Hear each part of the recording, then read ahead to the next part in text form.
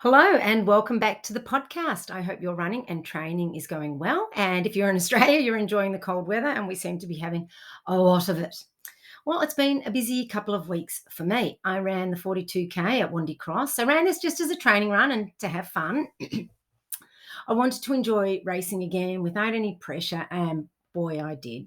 It was great. I loved the course, steep climbs, runnable downs most of the time. Some were steep and slippery downs that ended up with me sliding on my butt for a change. So much fun. I've also been seeing Luke from Health and High Performance, who you will know as the show sponsors, and he has been helping me heaps with an ongoing issue with my femoral nerve that ends up, feeling it in my quad that flared up during my DU attempt. And it was with his help that I was able to actually run at Wandy Cross. Nerves are tricky to deal with, but with Luke's help, I managed to get there and to run the race, which was awesome. Next up, Ron and I are going to be sweeping the Surf Coast Trail Marathon this weekend. So look out for us there and make sure you say hello. Thank you so much to Mel Tech, who gave the podcast 5 stars and said, for every runner, I've been running on and off for over 10 years. I'm not elite, just someone who runs for my health, fitness, and enjoyment. I recently found Isabel, and I can honestly say her podcasts and personalized programs are for everyone of every fitness level and ability. It makes running accessible to anyone. She makes everyone feel like their running goals are achievable, inspirational. Thank you so much, Mel. I appreciate your review, as always. I loved it and wanted to say that I actually find all the clients that I work with themselves inspirational as they work hard to achieve their goals. And I love working with clients doing that. It's just, I feel the achievement too. Now, on to the main part of the podcast. And this week, I will be talking to you about mental toughness, training for ultra running. Gosh, I get tongue-tied sometimes. No, there is nothing more frustrating than knowing that you didn't race to your potential because of pre-race nerves and anxiety. Whether it comes from the fear of looking bad, the fear of being beaten by someone we shouldn't, fear of failure, fear of the course, fear of being judged, or the fear and worry. A lot of the times it's just general worry of not meeting up to our own expectations and goals. These thoughts and their secondary emotions can leave us frazzled and fatigued before we even start running, which obviously we're not going to get our best performance then, are we? It doesn't have to be this way. You need to know that mental toughness is learned. It's not an inherited thing. It's not something you are born with. It is something you develop over time. People see me as mentally tough, and I guess I am, but only because of my life up till now.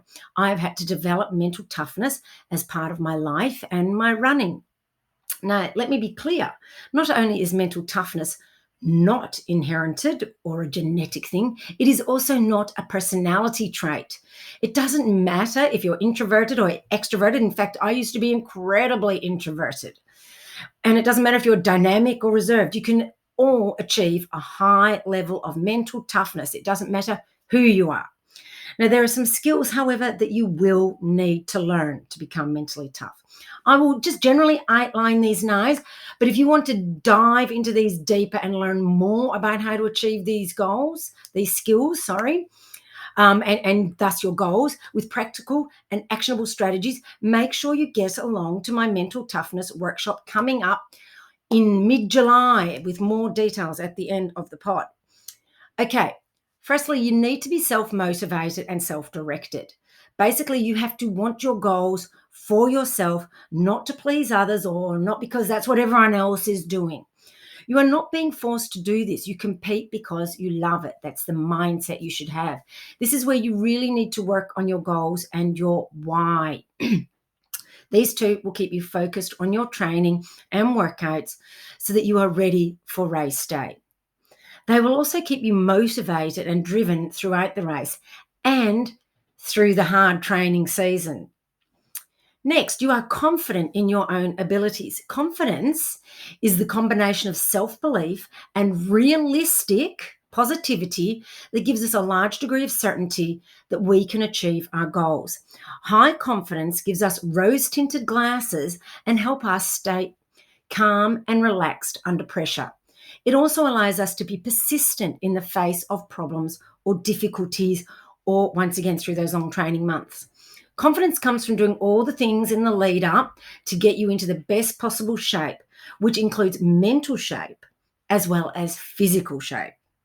Confidence benefits us by making us braver about taking on new challenges, increases our commitment to those challenges, helps us stay calm, have better race strategies and actually follow them, and allows us to feel more in control.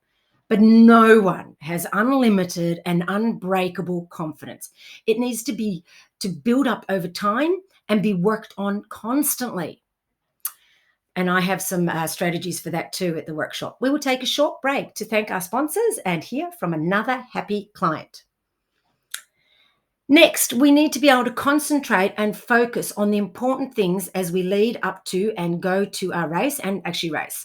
So many things call for our attention when racing. Other competitors, the course, weather, course markings or lack thereof, and where we're going.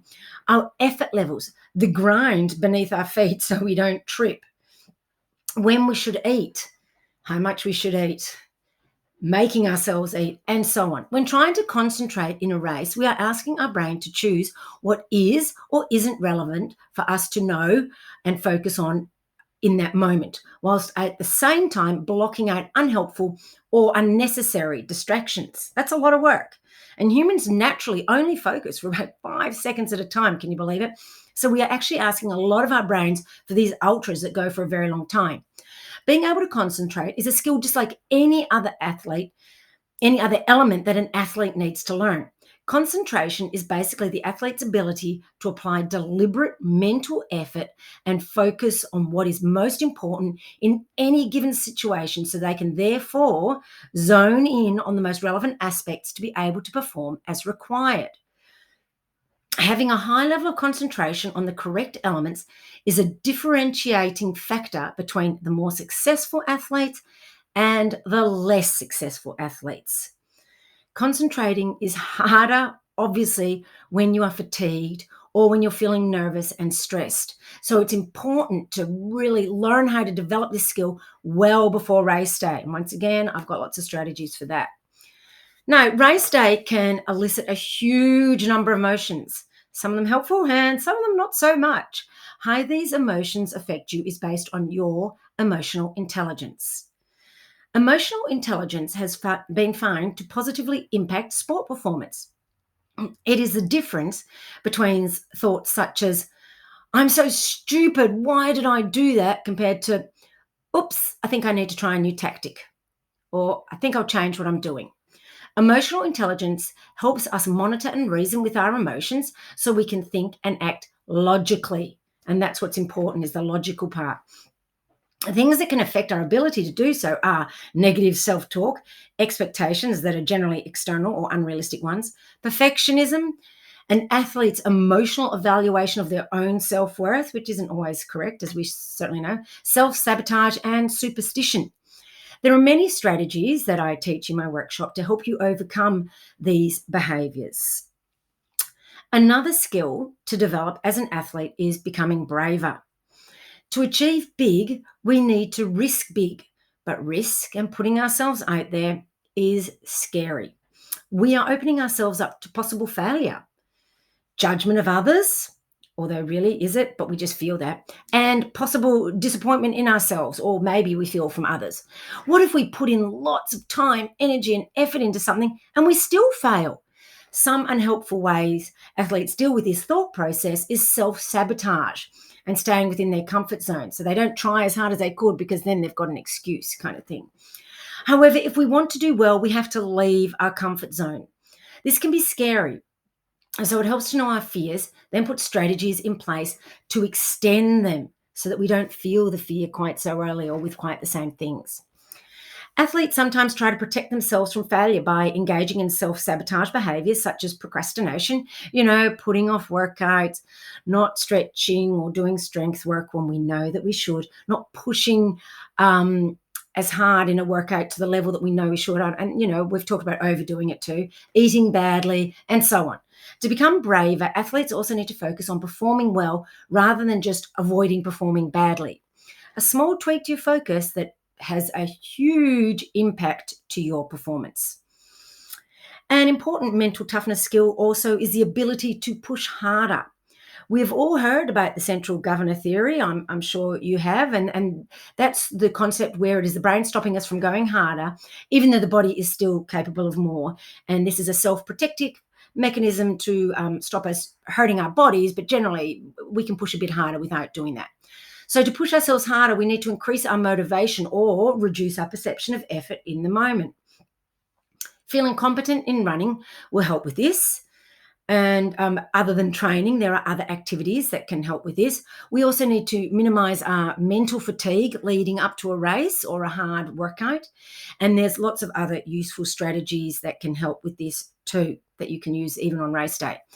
Learning from race day is another helpful strategy for developing mental toughness. No one enjoys losing, whatever that means to you, or not reaching your race goal, but no one can win everything all the time.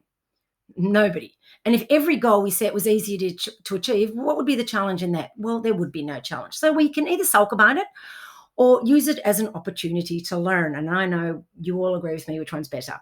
If we focus on races as learning experiences, whether they go well or not, we are also focused on process rather than outcome goals. And we all know that's better.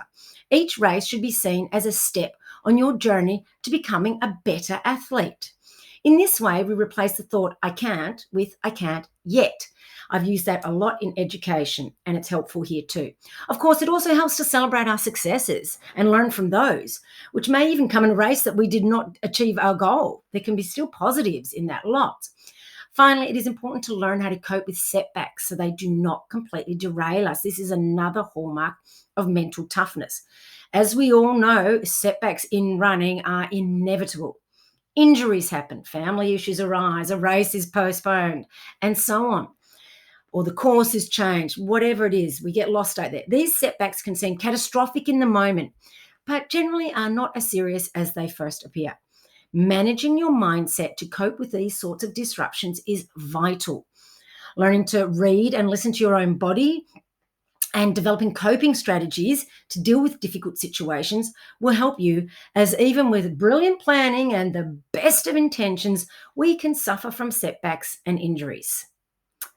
So there you go. That is a basic outline of what I will cover in a great deal more depth at my Mental Toughness for Ultra Running workshop. I will be giving you easy to implement, actionable strategies to help you become a mentally tough and more mentally resilient runner. Your outlook on racing and performances will improve. All this in a 90-minute to 2-hour workshop. I don't know. We'll see around about that. I like 2 hours. Or allow extra because there's time for questions at the end as well as time for a cuppa and a catch up as well. So check out my website for all the registration details. Seriously, you do not want to miss this. This will be a great learning experience and lots of fun too.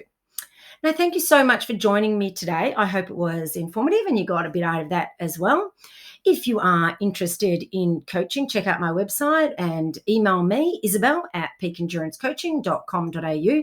Also, don't forget to follow me on all the usual socials, Insta or Facebook, which is Peak Endurance Coaching, or you can follow me personally, Isabel Ross with an O. And if you want to get on my email list, and I recommend it if you want to get interesting newsletters with exercises, recipes, and articles, head to my website, peakendurancecoaching.com.au, and just add your address to that. Also, please do me a solid and hit the subscribe button on your preferred podcast platform. A review like from Mel would be mighty helpful and really kind of you too, because I do love your support. Wherever you are in the world at the moment, have an awesome day or evening or night, whatever time it is. Have fun out there on the roads and trails. Be safe, and I will catch you soon. Don't forget to say hi if you see me out there.